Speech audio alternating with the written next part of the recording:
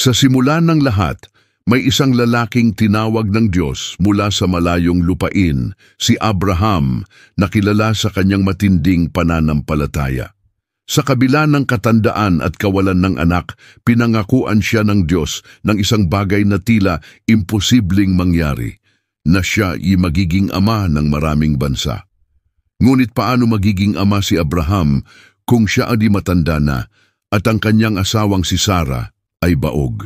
Lumipas ang mga taon, at habang hindi pa dumarating ang katuparan ng pangako, unti-unting kumirot sa puso ni Sarah ang pagdududa. Isang araw, iminungkahi niya kay Abraham na magkaanak sa pamamagitan ng kanyang alila, si Hagar, isang babaeng taga-Ehipto. Sa panahong iyon, karaniwan ang ganitong kaugalian na kung baog ang asawa, maaari siyang magbigay ng lingkod upang magkaanak ang mag-asawa.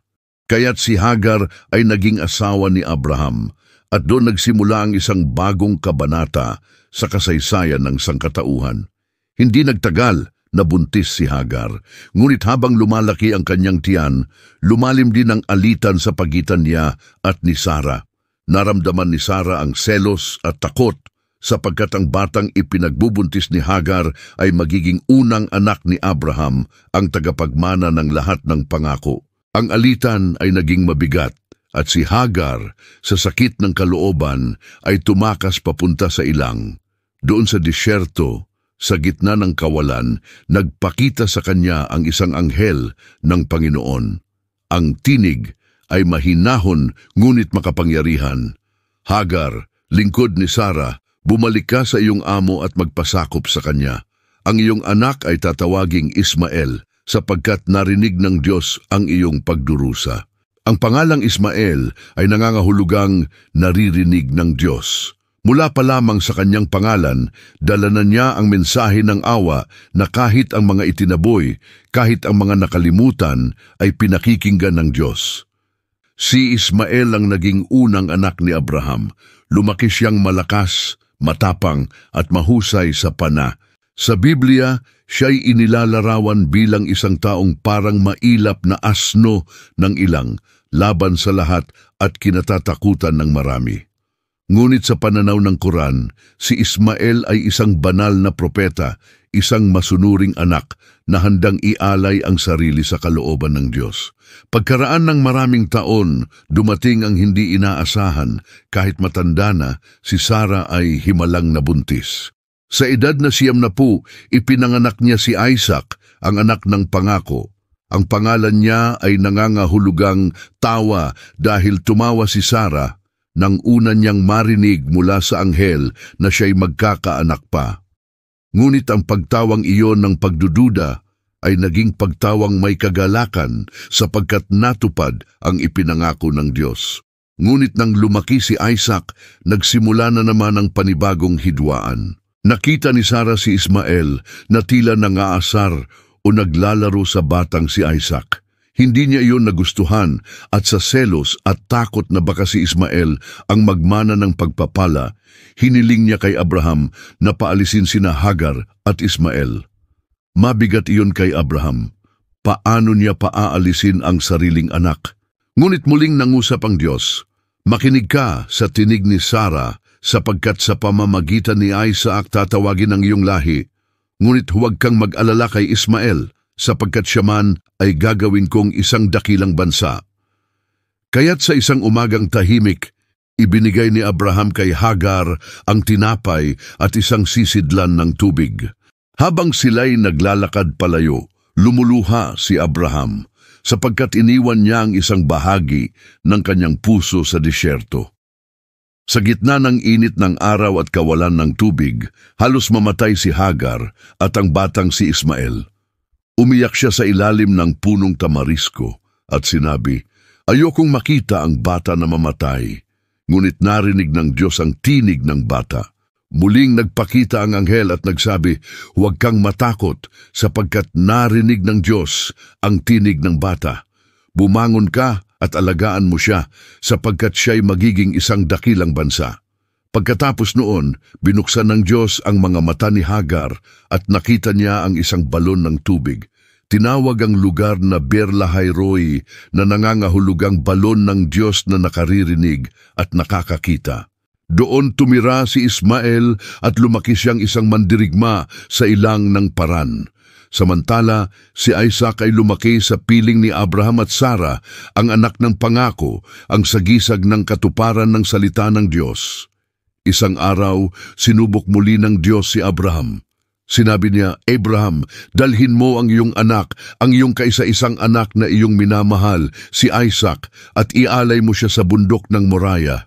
Walang pag-aalinlangan, sumunod si Abraham. Dinala niya si Isaac sa bundok, may dalang panggatong, at habang umaakyat, nagtanong si Isaac, "Ama, nasaan po ang kordero para sa handog?" Sumagot si Abraham, "Anak ko, ang Diyos ang maghahandog sa kanyang sarili ng kordero." Nang dumating sila sa tuktok, itinali niya si Isaac at itinaas ang kutsilyo. Ngunit bago niya magamit, tinig ng Diyos ang narinig, "Abraham, huwag mong saktan ng bata, sapagkat ngayon ay alam kong takot ka sa Diyos." Paglingon niya, nakita niya ang isang lalaking tupa na naipit sa tinik, at iyon ang inialay niya kapalit ng anak. Ang pangyayaring ito ay nagpatibay ng pananampalataya ni Abraham. Sa Biblia, si Isaac ang itinuring na inialay. Ngunit sa Quran, ang kwento ay halos kapareho maliban sa isang detalye. Ayon sa maraming iskolar ng Islam, ang batang inihandog ay si Ismael, hindi si Isaac. Ang Quran ay nagsasaad na si Ismael ang anak na handang ialay, at nang siya ay sinubok, sinabi niya, "Ama, gawin mo ang ipinag-utos sa iyo ng Diyos. Matatagpuan mo akong isa sa mga matiisin." At sa sandaling iyon, pinalitan siya ng Diyos ng isang dambuhalang tupa bilang handog. Magkaiba man ang pananaw, iisa ang diwa, kapwa sina Isaac at Ismael ay larawan ng pagsunod at pananampalataya, mga anak na handang sumunod sa kalooban ng Diyos kahit ang buhay ang kapalit. Mula kay Isaac, ipinanganak si Jacob na naging Israel, at mula sa kanya ay nabuo ang 12 tribo ng Israel, ang pinagmulan ng mga Hudyo.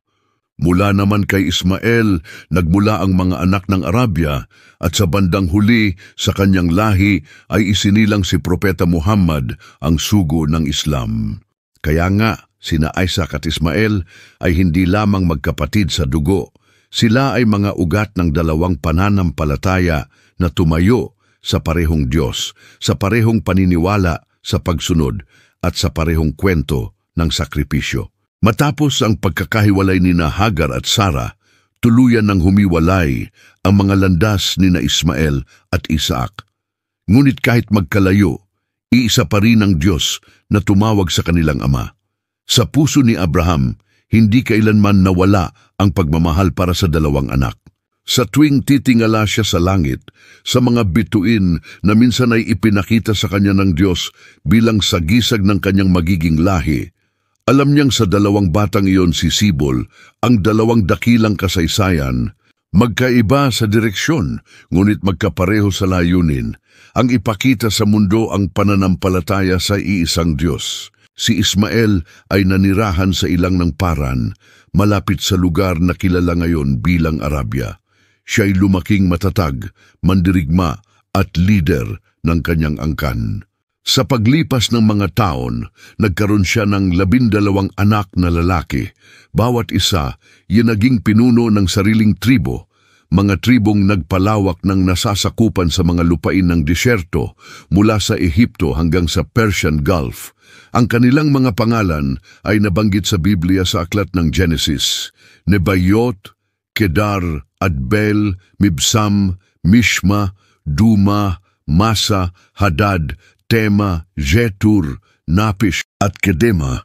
Mga pangalan na kalaunan ay naging mga ugat ng mga tribo ng mga Arab. Ang kanilang kabuhayan ay nakasentro sa paglalakbay, kalakalan at pagsasanay sa digmaan. Kilala silang sanay sa init sa buhangin at sa kalikasan. Sa pananaw ng mga taga-Israel, sila'y parang mga ligaw na anak ng disyerto. Ngunit sa pananaw ng mga Arab, sila ang mga unang tagapagdala ng disiplina, ng lakas at ng pananalig sa Diyos na walang larawan. Ang kanilang paniniwala sa iisang Diyos ay ipinasa sa henerasyon at sa kanilang lahi lumitaw ang mga propetang Arab hanggang sa dumating ang huling propeta ayon sa Islam, si Muhammad, na direktang inapo ni Ismael sa linya ni Kedar. Samantala, si Isaac ay nanirahan sa lupain ng Kainaan, ang lupang ipinangako sa kanyang ama. Siya ay naging ama ni Jacob at Esau. Sa dalawang anak na ito, muling sumulpot ang pamilyar na tema ng pagpili ng Diyos sapagkat kahit si Esau ang panganay, si Jacob ang pinili ng Diyos upang ipagpatuloy ang lahi ng pangako. Mula kay Jacob ay isinilang ang 12 tribo ng Israel na bumuo sa pundasyon ng kasaysayan ng mga Hudyo. Kung si Ismael ay naging ama ng mga tribong Arabian, si Isaac naman ay naging ugat ng mga tribong Hebreo. At dito, nagsimula ang mahabang kasaysayan ng dalawang lahing magkapatid, mga lahing minsang nagmahalan, ngunit kalaunay nagbanggaan, gaya ng mga bituin na minsang nagtagpo sa langit, ngunit may kani-kanyang landas sa kalawakan. Habang lumipas ang mga siglo, lumawak ang mga lahi ni Ismael at Isaac. Ang mga inapo ni Isaac sa pamamagitan ni Jacob ay naging mga alipin sa Ehipto, ngunit kalaunay pinalaya sa pamumuno ni Moises. Dinala sila ng Diyos sa lupang pangako at doon sila naging isang matatag na bansa, ang Israel. Ngunit sa kabilang dako ng disyerto, patuloy ding lumago ang mga tribo ni Ismael habang tumatagal ang kanilang wika, kultura at pananampalataya ay unti-unting bumuo ng isang malawak na sibilisasyon. At sa pagsapit ng panahong itinakda ng Diyos, mula sa lahi ni Ismael ay isinilang ang propeta Muhammad na nagbalik sa purong pagsamba sa iisang Diyos, si Allah, at muling binuhay ang pananampalatayang itinuro ni Abraham. Ang Kaaba sa Mecca na itinatag ni Abraham at Ismael bilang bahay ng Diyos ay nanatiling sagradong lugar sa puso ng mga Muslim. Ayon sa Quran, magkasamang nagtayo sina Abraham at Ismael ng pundasyon ng banal na bahay at nanalangin sila. Panginoon namin, tanggapin mo ito mula sa amin. Gawin mo kaming masunurin sa iyo at mula sa aming lahi ay magpalabas ka ng sambayanang tapat sa iyo. Sa Biblia, si Isaac naman ang linya na naging daluyan ng mga propetang Hudyo, mula kay Jacob, kay David, hanggang sa pagdating ni Jesus, ang Mesiyas. Kaya't kung titingnan, ang dalawang linya ni Ismael at ni Isaac ay hindi dapat magkalaban, sapagkat sa kanilang pinagmulan, pareho silang nakaugat sa pananampalataya kay Abraham, ang ama ng lahat ng nananalig. Ngunit sa kasaysayan ng mundo, nagkaroon ng pagkakahati. Ang mga anak ni Isaac ay naging mga Hudyo, ang mga anak ni Ismael ay naging mga Arab, at sa pagitan nila tumindig ang pader ng politika, kultura at relihiyon. Ngunit kung babalikan natin ang pinagmulan, hindi ito pader ng pagkamuhi, kundi pader ng hindi pagkakaunawaan. Parehong nagmula sa paniniwala sa isang Diyos. Parehong nagturo ng pagsunod, sakripisyo at pananampalataya. Sa Biblia, si Isaac ay sagisag ng biyaya at pangako. Sa Quran, si Ismael ay sagisag ng pagsuko at pananampalataya. Sa kanilang kwento, nakikita natin ang dalawang mukha ng pananampalataya. Ang isa'y tumatawa sa katuparan ng pangako at ang isa'y umiiyak sa gitna ng pagdurusa, ngunit pareho silang tinig ng pananalig. May mga sandaling ang kanilang mga inapo ay nagtulungan, tulad ng panahon ni Solomon at ng mga hari sa paligid. Ngunit mayroon ding panahong nagbanggaan, tulad ng mga alitan sa pagitan ng Israel at mga bansang Arab. Sa likod nito, naroon pa rin ang mahiwagang tanong, kailan muling magkakapatiran ang dalawang anak ni Abraham? Ang mga propeta sa magkabilang kasulatan ay nagsasabi ng iisang pangako na darating ang panahon ng kapayapaan kapag ang lahat ng bansa ay kikilalanin ng Diyos at wala ng pagkakahati. Sa Biblia, tinatawag itong panahon ng Mesiyas. Sa Quran, Tinatawag itong Dar es Salaam, ang tahanan ng kapayapaan. Kung iisipin, sina Isaac at Ismael ay hindi mga sagisag ng labanan, kundi mga simbolo ng pag-asa. Si Isaac, ang anak ng himala, ay nagpapaalala sa atin na kahit imposible, may kayang gawin ang Diyos. Si Ismael, ang anak ng pagdurusa, ay nagpapaalala na kahit sa kawalan, nakikinig ang Diyos. Kapwa sila nagpapatunay na ang pananampalataya ay hindi nasusukat sa pinagmulan o sa pangalan, kundi sa pagsunod sa kalooban ng Diyos. Ang kanilang ama, si Abraham, ay hindi nagtatag ng relihiyon, nagturo siya ng relasyon.